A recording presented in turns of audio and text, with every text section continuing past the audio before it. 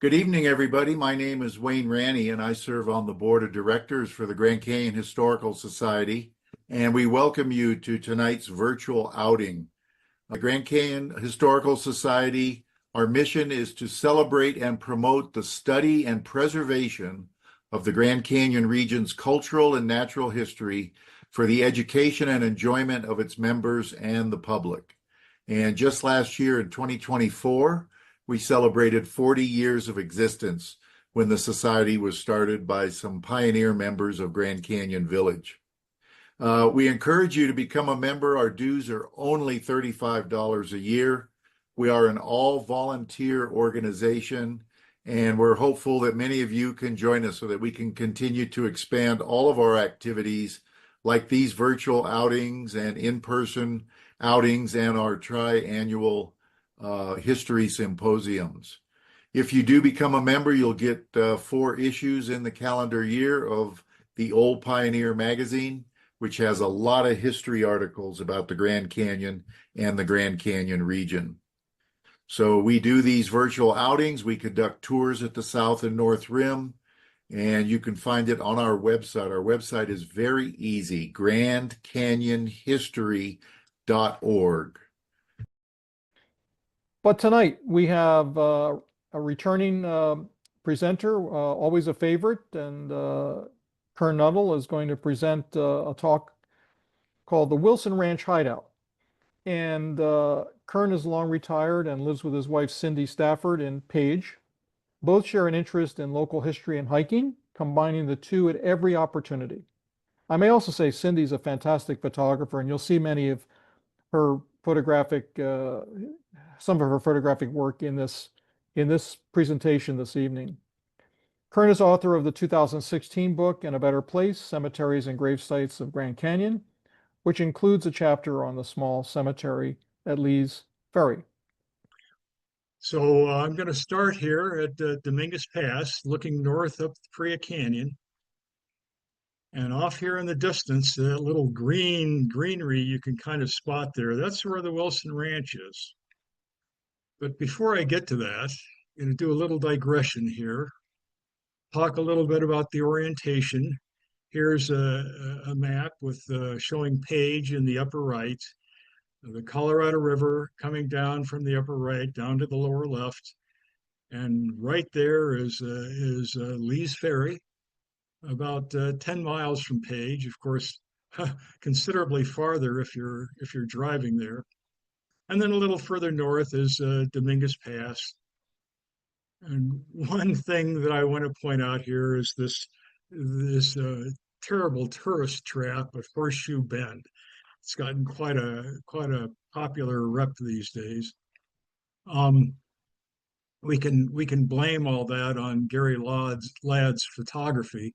And incidentally, I think that's Gary Ladd's photograph on the cover of Tom Meyer's books. But at any rate, Horseshoe Bend is a nice spot. There's all sorts of silly nonsense that's gone on out there. But this is something with a Grand Canyon connection. We know that Minor Tillotson came to Lee's Ferry in 1935, but his trip log says nothing about going up the river. So we don't really know where this photograph came from. I kind of touted it as the first known photograph of Horseshoe Bend for a while, obviously from the river rather than the rim. But then someone else pointed out this photograph to me from the Stanton expedition. And that suddenly adds a completely different perspective of the Tillotson photograph here. It looks like he or someone in his family was trying to recreate the Frank Nims 1889 photo. They didn't call it Horseshoe Bend then. And then just a more modern photo of the area. Okay, enough of a digression there. Let's talk a little bit about the Wilson Ranch. And I like maps, so let's zoom in on Lee's Ferry here, and you can see the Paria River going up there to the northwest. There's Dominguez Pass right there. And that's the location of the Wilson Ranch. Now, one other thing I want to point out here is this feature, Thousand Pockets. If you happen to go out to Thousand Pockets, which is a very nice hiking destination from Page, very popular, and then go up to the rim above Thousand Pockets, you have a really good view of the Wilson Ranch area. And we'll come back to that in a second. And then one other thing I want to point out on the map here, down in the lower left, is Fisher Spring. If I have time this evening, I'm going to talk a little bit at the end about Fisher Spring. Now, this is the Wilson cabin when it was being built in 1923 in this nice remote location. This is kind of what it looks like today. Of course, the cabin is all burned down in the early 50s. We don't know exactly when. But you can see, notice on the skyline that that Camel's Hump and then the sand dune coming in from the left. You can see this is the same area. You can see that Camel Hump through the tree there and the sand dune coming in. And one of the oddities is look at all this brush that's there now. I don't understand where all this brush has come from, but it's hard to decide exactly where the cabin was. Now, Kelsey, in his hiking guide of the Paria, says that you can see the foundations. I haven't been able to find the foundations, and I kind of suspect that they've gotten covered up since they were seen by Kelsey. You can see quite a few things in the area. This is just a little shed that had to be very close to the cabin. And again, another shot of that area. This is where that shed was. So we're pretty certain that the cabin was right here in the vicinity. Now, all the information, or the vast majority of the information I have on Sid Wilson, comes from this book, P.T. Riley's exhaustive history of Lee's Ferry. Very nice reference book. He started working on this in 1964 and worked on it for 20 years. Actually, before that time, he was a well-known river runner. And I think when he started slowing down a little bit from his river running days, he took up the pursuit of local history. And I have a lot of sympathy with that. That's kind of how I feel too. I can't hike the way I used to, so I enjoy reading more than hiking. But at any rate, Riley started working on this in 1964. He worked on it for 20 years. And at the end of that time, he sat down and put together a manuscript in 2 volumes, submitted it to the University of Utah Press, and they said, "Oh, we really can't publish this in 2 volumes. If you just cut it, just make it 1 volume, and we will consider publishing it." But he could never get around to cutting his manuscript. He just couldn't stand it. And he died before it ever got published. Fortunately, his wife was persistent and found someone to edit the manuscript, and we saw it finally published in 1999. Now, like I say, it's a very nice reference book. It's not the easiest book to read. And just to give you a little bit of a feeling for that, here's a page from the index, and here's the section on Sid Wilson. Man, to dig all the information out about Sid, it really takes a lot of effort. But fortunately, there's an easier way to do it. You can run over to the Klein Library in Flagstaff and Special Collections, and all of P.T. Riley's research notes are there, volume after volume of correspondence, and you can pull the file on Sid Wilson.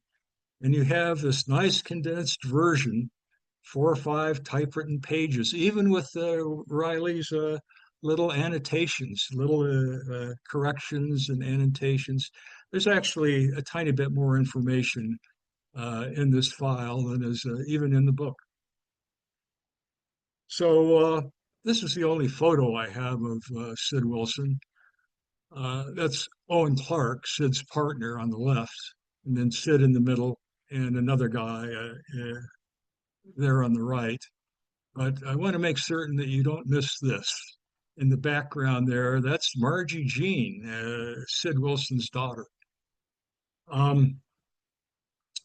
Sid hauled freight for a living. As a matter of fact, this is his wagon here. And he came to Lee's Ferry about 1912 on a packing job for Shirley Spencer. Now, Spencer never got around to paying him. Spencer was pretty cheap. He had a lot of people working for him that he never paid, and Sid would occasionally take a tool, or once he took a wagon from Charlie Spencer in partial payment. Later, Sid worked for the USGS hydrographers, and they were a lot better about paying. Now, Sid had a bad rep. He had a violent temper.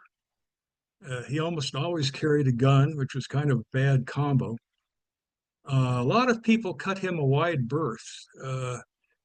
There was this story going around that he'd shot a guy in a gunfight in Texas. I don't know whether that's true or not, or whether he just liked to give people that impression. Interestingly enough, his wife, we don't know much about his wife, but by all reports, what little we do know, she was an extremely pleasant person. And of course, there's no accounting for those sorts of pairs. One other thing is Sid did a little bit of rustling. Now, on the Arizona Strip, that portion of Arizona that's north and west of the Colorado River, the Arizona Strip, there was a lot of rustling going on the Strip. There was almost a tradition of rustling, but Sid might have done maybe a little more than his share. Now, this is another view of Sid's cabin. You can see that camel hump in the background and the sand dune coming in on the left. So this really is the cabin. Now, this photo is from 1936. Actually, Sid was long gone by the time this photo was taken.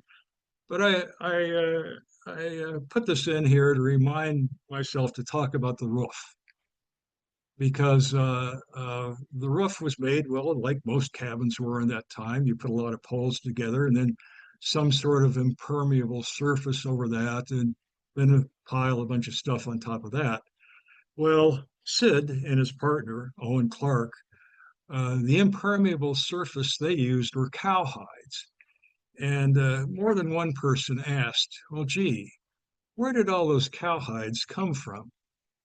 Now, there's something else going on in the front of the cabin. That's Shine Smith with what appears to be a big stick beating a woman at his feet. It's obviously a staged photograph, and I don't know what it was staged for. I can imagine any number of things, but at any rate, this is the way that you got to the cabin, straight up the Paria. So about 4.5 miles from the Colorado River, a little less than that from Lonely Dell. This particular photo wasn't taken that far beyond Lonely Dell, probably just past the mouth of Johnson Canyon. And I recognize this spot because right up here is a very nice trail that cuts up through the Shinnerup Cliffs. And if you take that trail, you can actually walk all the way to the Wilson Ranch and keep your feet dry. Of course, if you go that way, it takes you about twice as long. It's actually much faster to just decide you're going to get your feet wet and cross the Paria. It takes us about 2 hours to get up there, maybe 2 hours, 10 minutes or so. Uh, Once we tried waders just to keep our feet dry, and these waders, they work great for crossing a stream like this once or twice. But to get to the Wilson Ranch, you got to cross about 6 times, and by the time you do that, you might as well have just decided you were going to get your feet wet to begin with. So when you get up to the ranch, this is one of the first things you see. You see this corral. This is Riley took this photo himself, and I think that's probably his wife standing in the corral. Um, and the area looks pretty much the same now. Corral, of course, is a little more run down.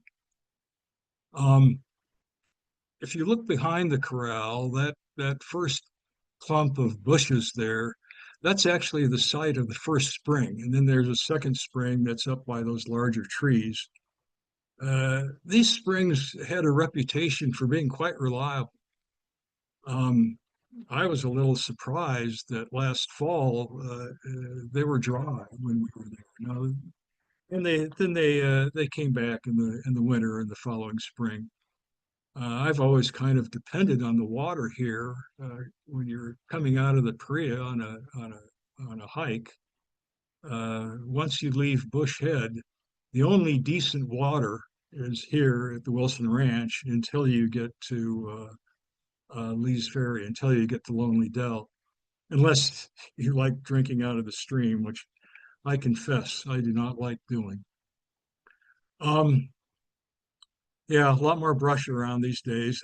Here we are in the middle of a drought. I don't understand where all this brush is coming from. Um, Now, that corral is worth looking at closely because it has an odd construction. It uses these pipes for vertical supports. And those pipes actually came from the Spencer steamboat. And if you zoom in on them, you can see a couple different styles. You see this more modern style on the right, probably a high pressure pipe, and then an older style on the left. And you can kind of imagine how that might have been made. So here was the Spencer steamboat in 1912. Now, in 1923, Sid decided he was going to take the wood from this steamboat and build himself a cabin. And he felt justified doing that because he never got fully paid from Charlie Spencer. And so he felt this was entirely within his right. And he had his partner, Owen Clark, help him tear the superstructure down and also work on their cabin. And also Jerry Johnson helped as well. This is kind of probably the Spencer steamboat probably didn't look quite this bad after they got done with it, but it might have looked pretty close. They took absolutely everything they could from the steamboat to use. Now here's Jerry Johnson here on the right. Jerry and Frank here are two of the sons of Warren Johnson. He was the pioneer ferryman. When Emily was starting to think about leaving Lonely Dell, Warren Johnson came in to help her for a year, run the ferry, and then when she left, he stayed for another 19 years. So he was the ferryman during a very important historical period. He had a whole passel of kids, and here are two of his sons. Now, what Jerry is holding there in his hand, I have not the slightest idea. It looks to me kind of like a bouquet of dead flowers, I can't say. Uh, this is an important site up the Paria. This is actually the start of the Dominguez Trail. This big boulder here is almost a signpost. And when you see that FTJ there, that comes from Frank Johnson here over on the left. And he actually has inscriptions a couple of other places in the Paria as well. as you're going up the Paria before you get to Bush Head, you'll see another inscription like this. And there's also one on the approach to Fisher Spring. But this spot right here, you notice those cliffs over on the right, those Shinnerup cliffs. As you're walking up the Paria, you go about 2 miles before you come to this spot, and it's the first spot where the cliffs are broken down, and you can go up on the east side. This is, like I say, the start of the Dominguez Trail, and just another view of it. Same boulder, different aspect. And if you zoom in on that, you can almost see them in this shot, but they're very clear here. You can see Dominguez Trail has been used a long time, and it has only been called Dominguez Trail in recent times. So this is one of the other things that you can see at the Wilson Ranch. This old auto pit. I think someone in the 30s probably had a Model T. They used to drive up the Paria to get to the ranch, and they could change their oil here, work on their car. And just another view of that pit before it got so full of brush. You can see the corral here in the background, by the way. Now, this was a good source of information on Sid Wilson, the local papers. This is the Flagstaff paper. This is just a page of gossip. You can see in the upper left there, it's called Local Brevities. And each little paragraph describes some person in an event in town. And that little highlighted section mentions Sid Wilson, and we'll just zoom in on that. And you can see Sid Wilson of the Range County, north of Lee's Ferry, was in town, blah, blah, blah. And then here's another article from a Winslow paper that's talking about the upcoming deer drive, that infamous deer drive on the Kaibab, and everyone who's scheduled to participate. And if we zoom in, we can see Sid Wilson of Lee's Ferry, Packer, was going to participate, and Buck Lowry is mentioned, and he's called the Gap Indian Trader. Of course, this is before Navajo Bridge went in, and he built his lodge at Marble Canyon. And then Zane Grey is also mentioned in this article. Now here's a very interesting article that made the front page. Horse thieves at work on south rim of Grand Canyon. And if we zoom in on that, you can see Martin Buglin has lost a horse or two. So has Pete Berry. Bert Luzon lost a big sorrel. Well, and that when Bert Luzon was a deputy sheriff, it kind of gutsy for someone to steal the deputy sheriff's horse. And then Sanford Rao of Roswell has lost 20 more horses. So this was a big deal. And the sheriff took a personal interest in this and started wondering if any of those horses went north up through Lee's Ferry. So he went up there to find out. And who does he talk to when he goes to Lee's Ferry but Sid Wilson? Now, that's probably not coincidence. I suspect that the sheriff went up there specifically to talk to Sid. We don't know that. I have a little conjecture about it. And what does Sid tell the sheriff? But, oh yeah, I saw Luzon's horse.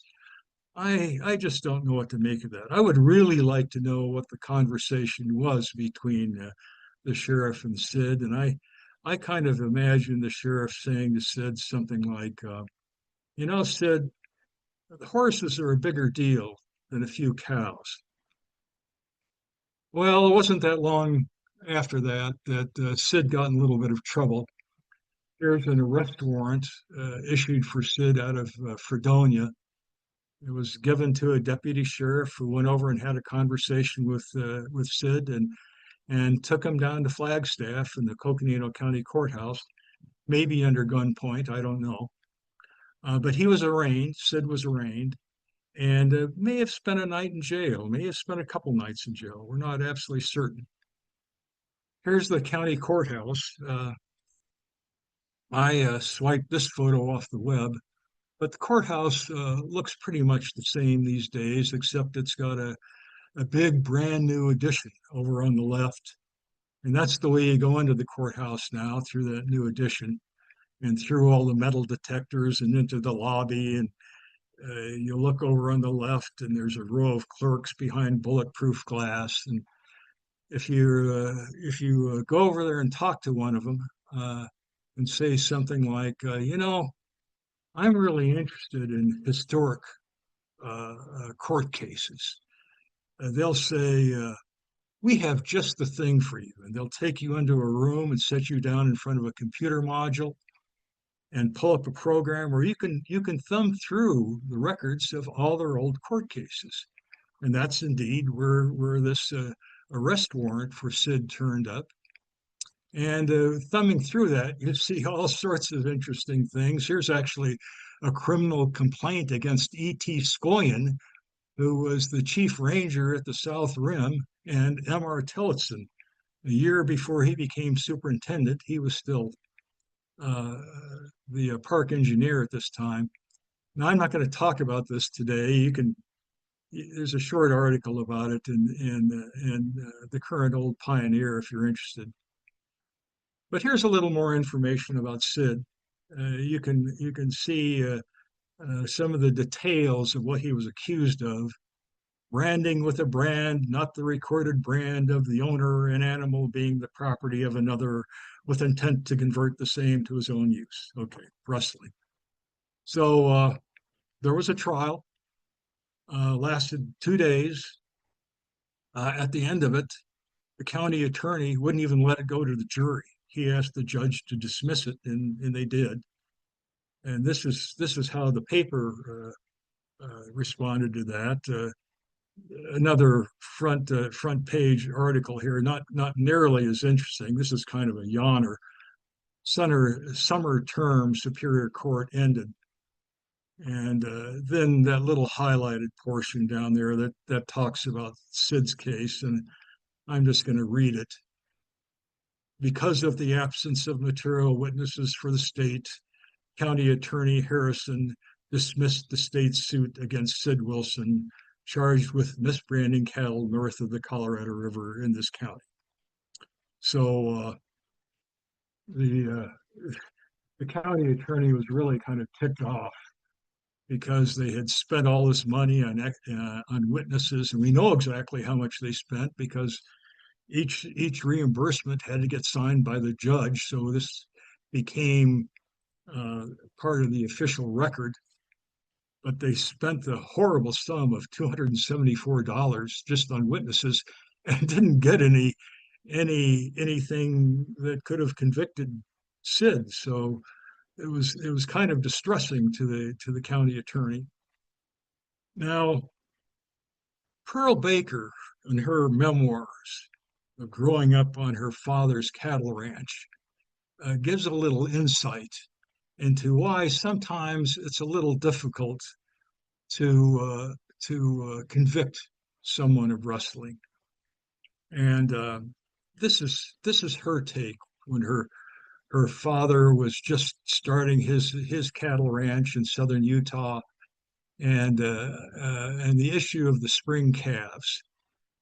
An energetic man like her father is enough of an opportunist to recognize his rightful calf, even if the stupid little bastard is following a cow with someone else's brand on. Well, you get someone like Pearl Baker on the jury, she's going to have a really hard time convicting someone of rustling and sending him to jail.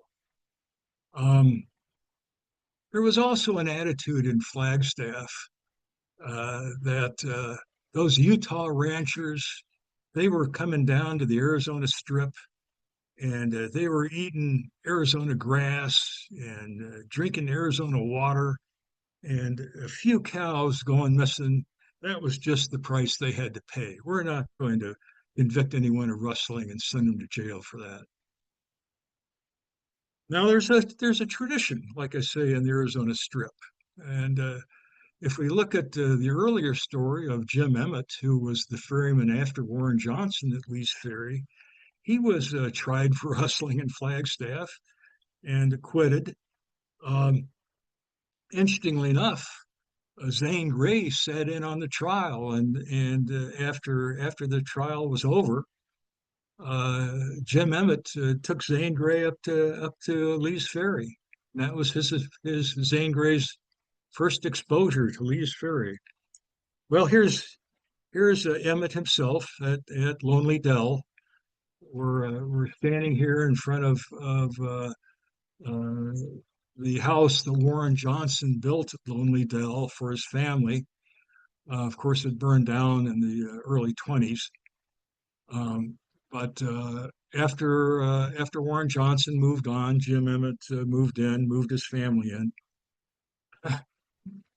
Emmett had another family up in Cedar City, I believe.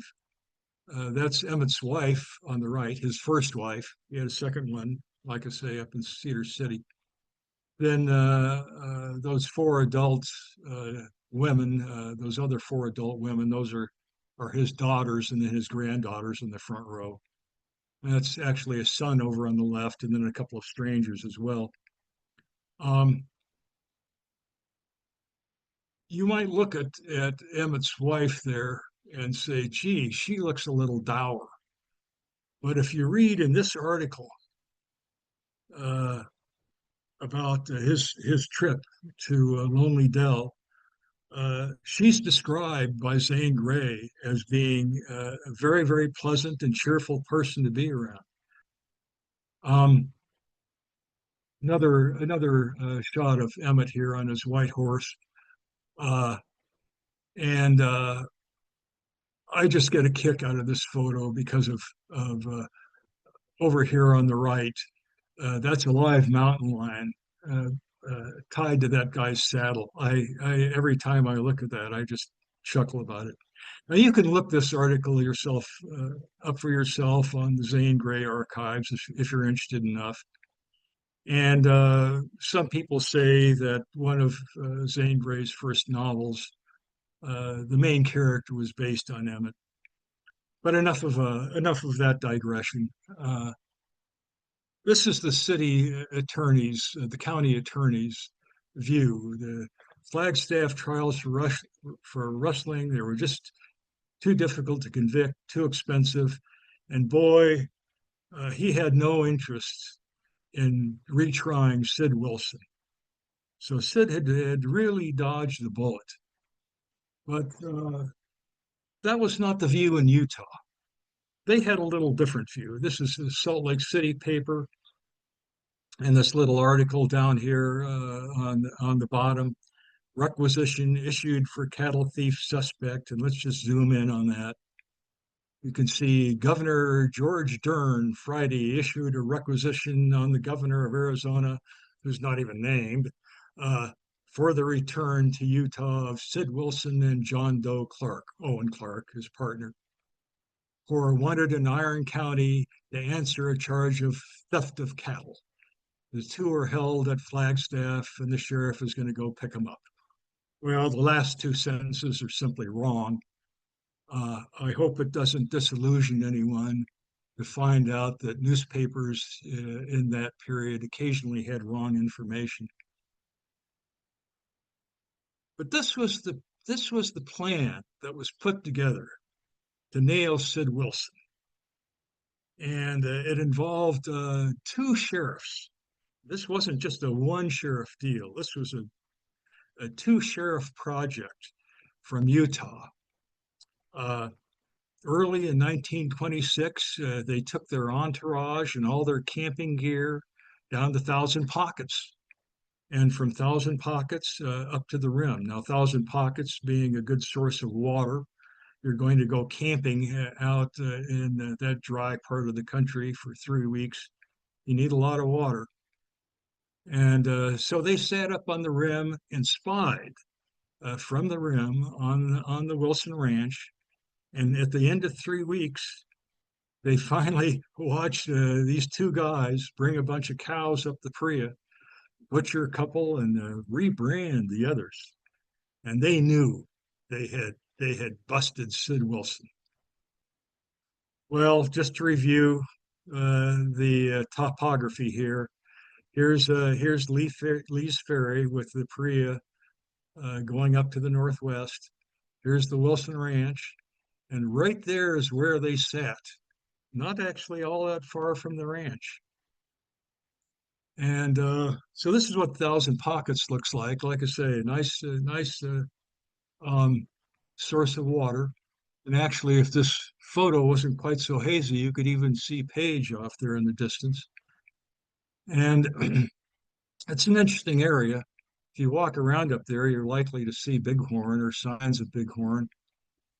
But up on the rim, a nice spot, a great spot to camp. And actually, this is where Tillotson camped in 1935, very close to this spot.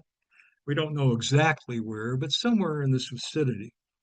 But this is where the sheriff's group made their camp as well. And this is what they were keeping under surveillance down there in the bottom of the Paria Canyon. And if we zoom in on that, here's the corral, and here's the approximate location of the cabin. So the sheriffs were out of their jurisdiction. They couldn't just march down there and arrest these guys. They had to go and file charges in Flagstaff. They didn't want Sid to find out about it, so they snuck down the Spencer Trail. They didn't want to come down Dominguez Trail. They were too afraid that Sid would spot them. And they got down there in the evening, and they camped out at the ferry landing. I think they were probably having quite a bit of conversation about Sid, and the ferryman probably overheard them talking and sent word to Sid, because it wasn't too much longer after that who comes into camp but Sid Wilson. Well, there are a couple of different stories about what happened next. One story goes that Sid walked in, looked around, and said, "You guys have been spying on me," pulled a gun, and said, "I'm going to shoot all of you," and got talked out of doing it. But the other story is Sid walked into camp, and someone pulled a gun on Sid and pistol whipped him. It's kind of depends on which side you take. We don't really know what happened, except there wasn't any bloodshed, and everyone went their own way. But Sid knew that there were new charges pending on his rustling behavior. And he knew that one day in the very near future, there was going to be a stranger show up who turned out to be a deputy sheriff, and they were going to haul him back down to Flagstaff. And he didn't want that. Well, his wife was working at Lonely Dell for Leo Weaver, and Sid and her had kind of agreed that they were all going to keep a close eye for any strangers, and if she saw any strangers show up, she was going to hang out a warning blanket. And if there weren't any strangers around, everything looked all clear, she'd hang out something else. Well, I think Sid was being so paranoid that he showed up at Lonely Dell one day and thought he saw the warning blanket. Wasn't the warning blanket, but he took it as one, and he went and spent the rest of the day hiding in the hills. And then when night fell, he walked over to the hydrographer's cable, and he had stashed a pulley there with a rope on it and a loop in the rope, and you could hook that over the cable and ride it across the river, at least halfway, then you pull yourself the rest of the way over. And he'd actually stashed one of these things on both sides because he did not want to get caught. And he'd actually even put a bridle in his shirt. And he walked up to Navajo Spring. He knew that the horses would always gather at night at Navajo Spring. He caught one, rode it to the Gap, and he knew Shine Smith was working there, and Shine Smith would give him a ride. And Shine Smith drove him through the night to Flagstaff. And they got there in the morning, and Sid hopped the early morning train to Albuquerque. It's interestingly enough, the early morning train still goes to Albuquerque. And then a month later, his wife and daughter joined him there. Well, this is uh, Shine Smith, who participated in Sid's escape. He's mugging for the camera as usual. Here he is at Marble Canyon. You can see 5 Mile Point there in the background. Um, Shine Smith came to the reservation as a Presbyterian minister to preach to the Navajos. And after a couple months, he decided, the Navajo don't really need any preaching. What they need is help with their poverty. And he became kind of an advocate for the Navajos. He left the Presbyterian church. He was still a minister. He did ministerial sorts of functions and so on, but he became more of a fundraiser for the Navajos, and he supported himself by working at local trading posts when someone needed a little extra help. Here's his grave sites in Tuba City. I actually haven't been here. I swiped this photo off the web. This is one of the 100 places I still have to go in this part of the country. Well, Sid was still making the papers. He'd left town, but he was still sheriff found cattle misbranded up north. And here, the Sid Wilson outfit of Lee's Ferry has been marking and burning over cattle brands.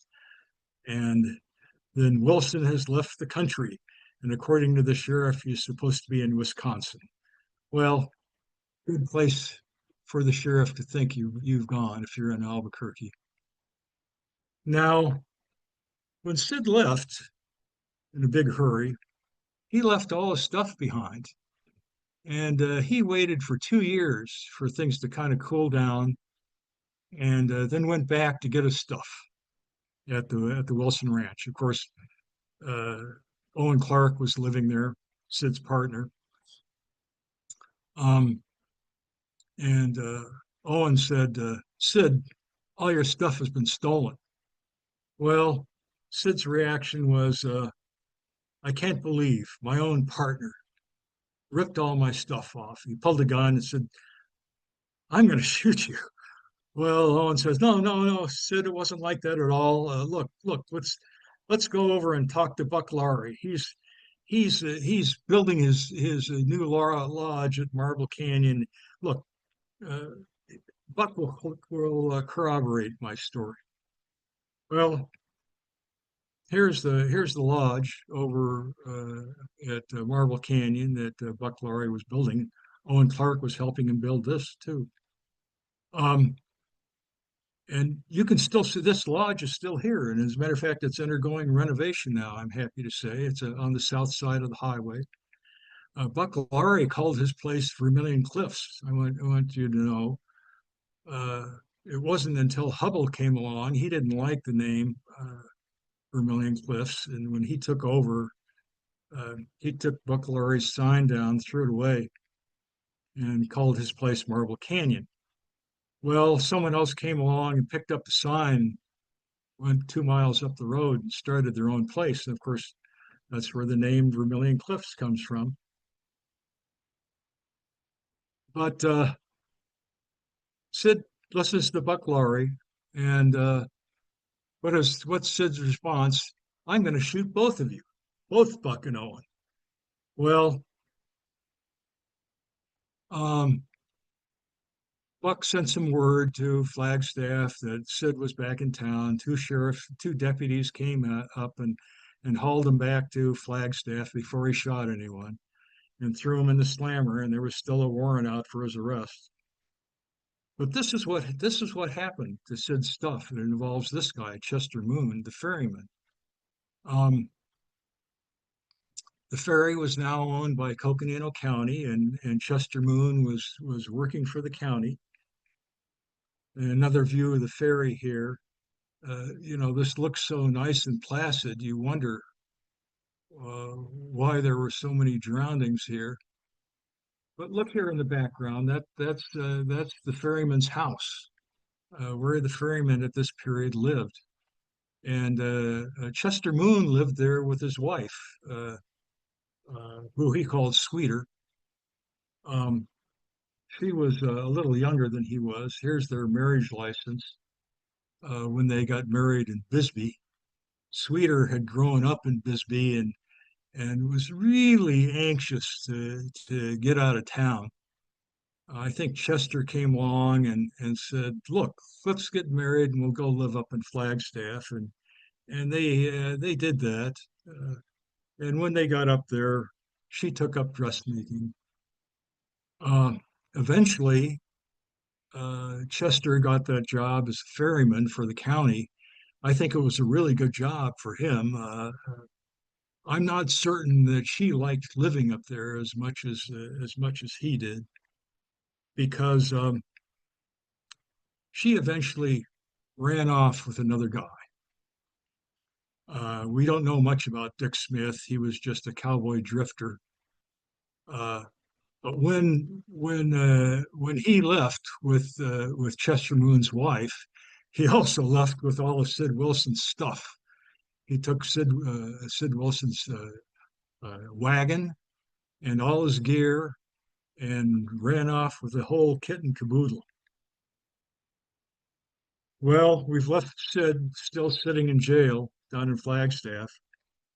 He'd finally calmed down after a week or so, and wasn't talking about shooting anyone anymore. And the sheriff came along and said, "Now, Sid, uh, we'd let you out, but you can't go shooting anyone, and you got to leave the county, and you can't come back."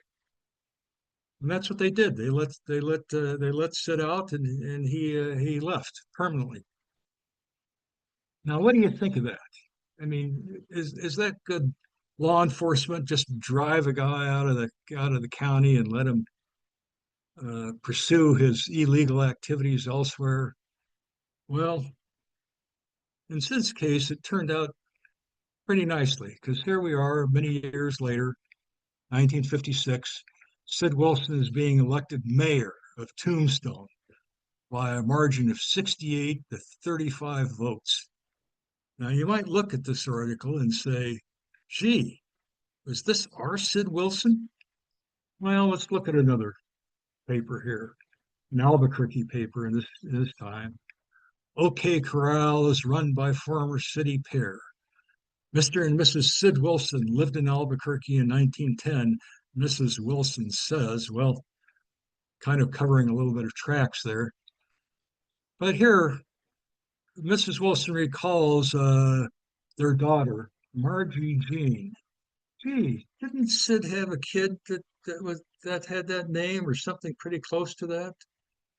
Well, here's another paper. "Sid Wilson, owner of the fabled OK Corral. Sid came into work one day and found a burro missing and a saddle and a rifle, and he knew it had all been stolen, and he went and got the marshal, and by God, they tracked that thief down. They even had a little gunfight, wounded the guy, and brought him back, Mr. Law and Order himself." Well, this is where P.T. Riley ran Sid Wilson down in 1964 and interviewed him. And this is how Riley put his book together, interviewing people, everyone he could, corresponding with people. And this indeed is the Sid Wilson of the Wilson Ranch. Now, one of the things I find very interesting is the Wilson Ranch was built by Owen Clark and Sid Wilson, and we call it the Wilson Ranch. And actually, Owen Clark ended up living in it a lot longer than Sid did, but we call it the Wilson Ranch. Of course, we never heard Owen Clark's part of the story. P.T. Riley could never run down Owen Clark. So we have Sid's version. Of course, there are some other versions too, but Owen was left out of the picture. We might call it the Clark Ranch.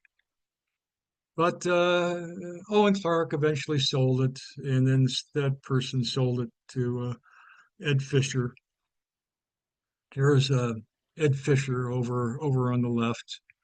Ed Fisher was a rodeo cowboy and a stunt rider, and all the Fisher brothers were rodeo cowboys, as a matter of fact, and quite popular on the Utah Arizona circuits, and were kind of regarded as local celebrities. Um, that's David Laurie over on the right, Buck Laurie's son. This is George Fisher, uh, uh, the younger brother. He ended up buying the ranch from his older brother. Actually, it was George Fisher who guided Tillotson in 1935, and that's what these guys did after they retired from the rodeo circuit.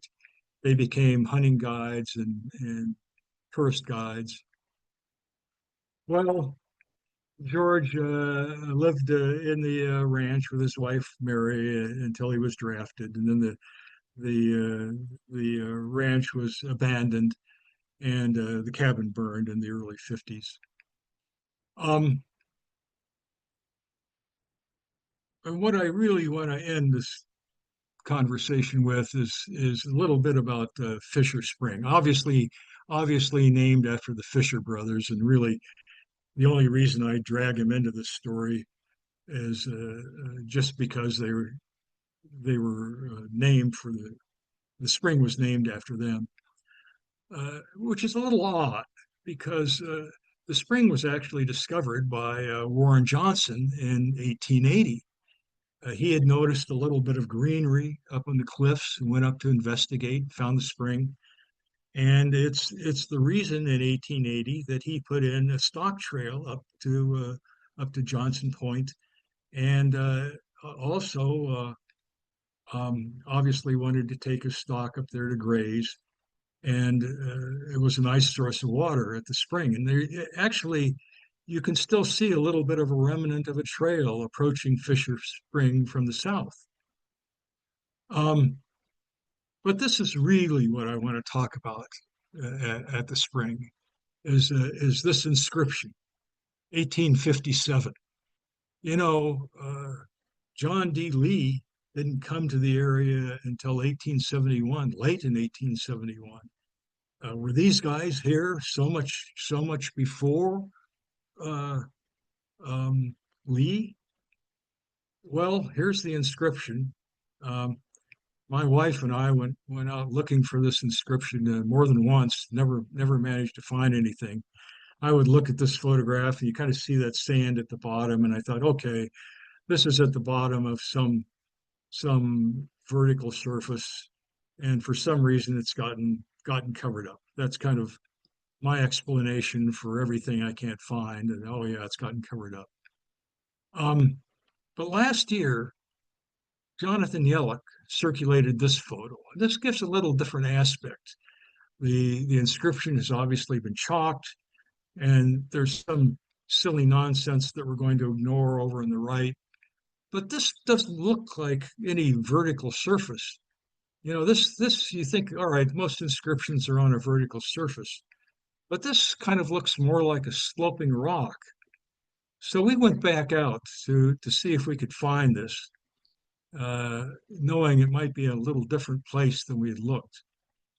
And so Fisher Spring, of course, you can go up the Johnson Point Stock Trail. That's a horrible way to go. The stock trail is completely washed out. It's a very difficult scramble now. You can go up the sand slope over here. You can spot that sand slope very easily as you're driving into Lee's Ferry. It's an obvious route to the top of the cliffs. It's one of those spots where you take one step up and slide back 3 feet, but you can get up that way. But this is the best way to go. You park out there by the road, uh, walk out towards that gap, and you run into a uranium mining road that was put in about the late 1940s. And man, that road takes you right through the cliffs. It's a very nice hiking trail, and you end up on that southern aspect of Fisher Spring. You don't have to go that way. You can go all the way over to the drainage and follow the drainage up, but that's a hard thing to do. You have to get around a dry fall, and then as you get close to the spring, you're in this little narrow acclivity here, and it's this chinley mud. It's just ankle deep. This is just not a pleasant way to go. Much nicer to approach from the south. And one other thing, look up on the upper right of this photo, right here. That's actually the spot where that Johnson Point stock trail comes up. But if you go down to the spring, here's a look at this sloping boulder here underneath those trees. This is very close to the spring itself. And you can see the inscription. Looks a little different these days. The date is actually, that notorious date is actually almost obliterated now. And you can see every time this little stream flows, it chips off a little bit more of this inscription. But this is what Riley says about this inscription. He says it was placed in 1889 by Al Huntington. Al Huntington was a close friend of Warren Johnson. He would come periodically to the ferry, sometimes help around the ferry for a week or two. More often, he would try to involve Warren Johnson in some prospecting scheme. But when he stayed, he didn't like to stay at the house. He always liked to go camp up at Fisher Spring. I think Al probably wanted to get away from the teetotalers, but I don't know. Some people just like to do that. I've got a friend who'd rather camp out than stay at our place when he comes to Page. But he says Al Huntington was commemorating being in Moab in 1857 on a mission with his close friend Holiday. And he thought that Moab was much closer to Lee's Ferry than it is in fact. And that's the reason the inscription is here. And that's the reason that anomalous date is here. Now, I hope maybe you'll go to Lee's Ferry to do a little hiking. I don't like to hike in the summer there. My advice is to go when it's a little cooler in the winter or fall or something.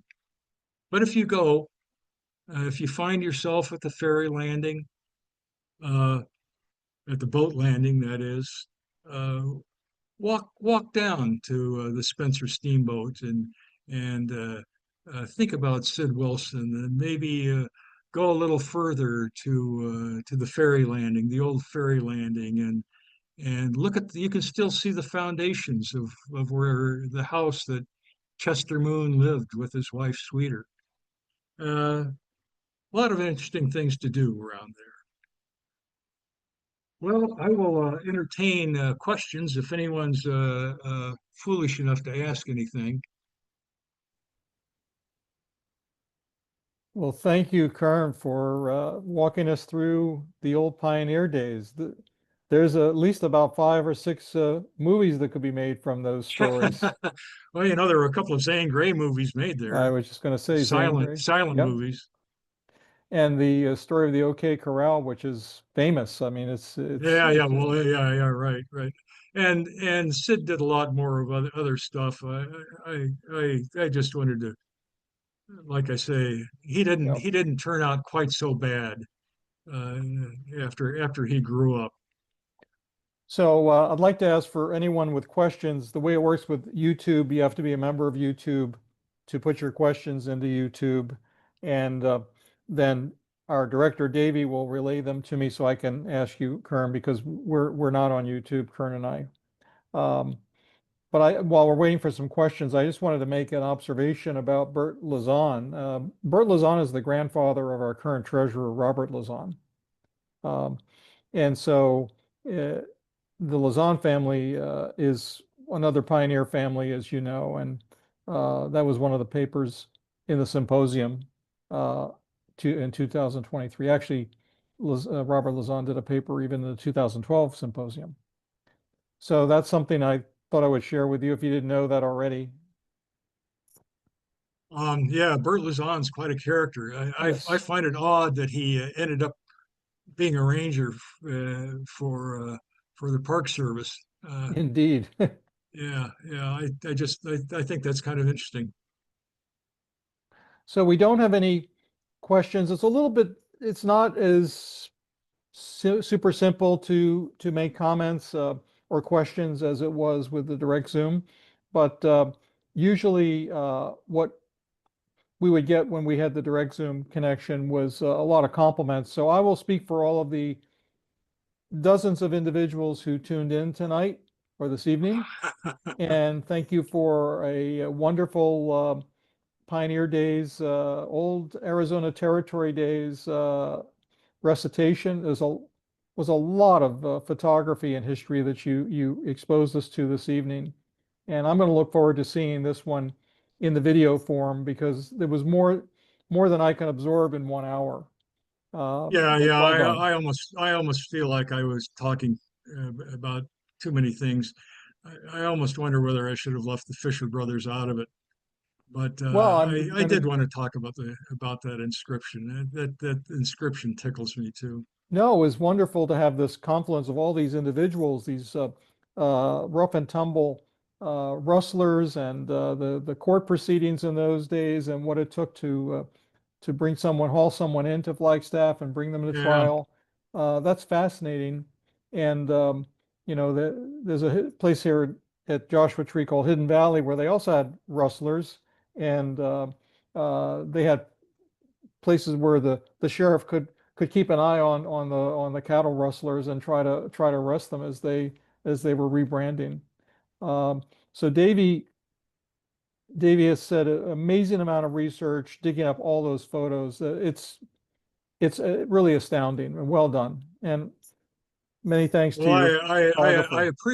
I appreciate the lack of questions. So No, so it's thanks. I appreciate everyone for watching and um, join the historical society.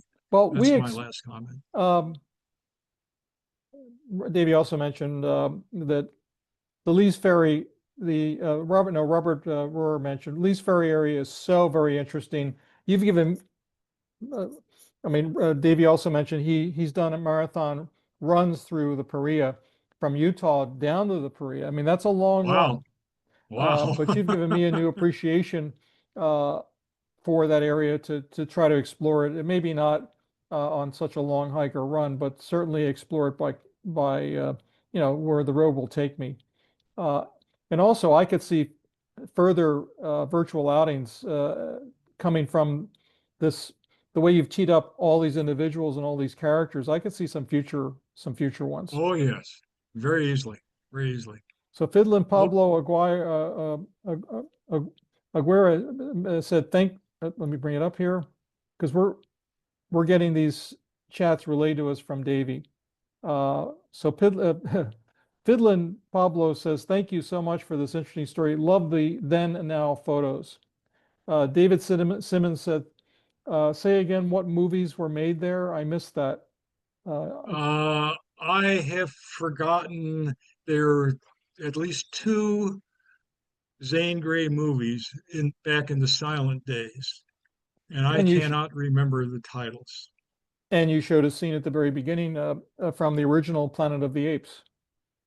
Oh yes, yes, yeah. Of course, that was more in Lake Powell, Reservoir Powell. Excuse me. Reservoir. Okay. Yeah. Well, I'm going to stop the recording if there's no further questions. And again, thank you, Kern, for your research, your expertise on these subjects, and looking for many more from you. And don't feel bashful about having to wait 15 months. It's been 15 months since your last presentation. We'll hope to have you back much sooner than that. I hope there are a lot of other people to hear from. Oh, this is true, but you're always enlightening and a crowd pleaser. So thank you again, and I'm going to stop the recording and thank everyone for attending.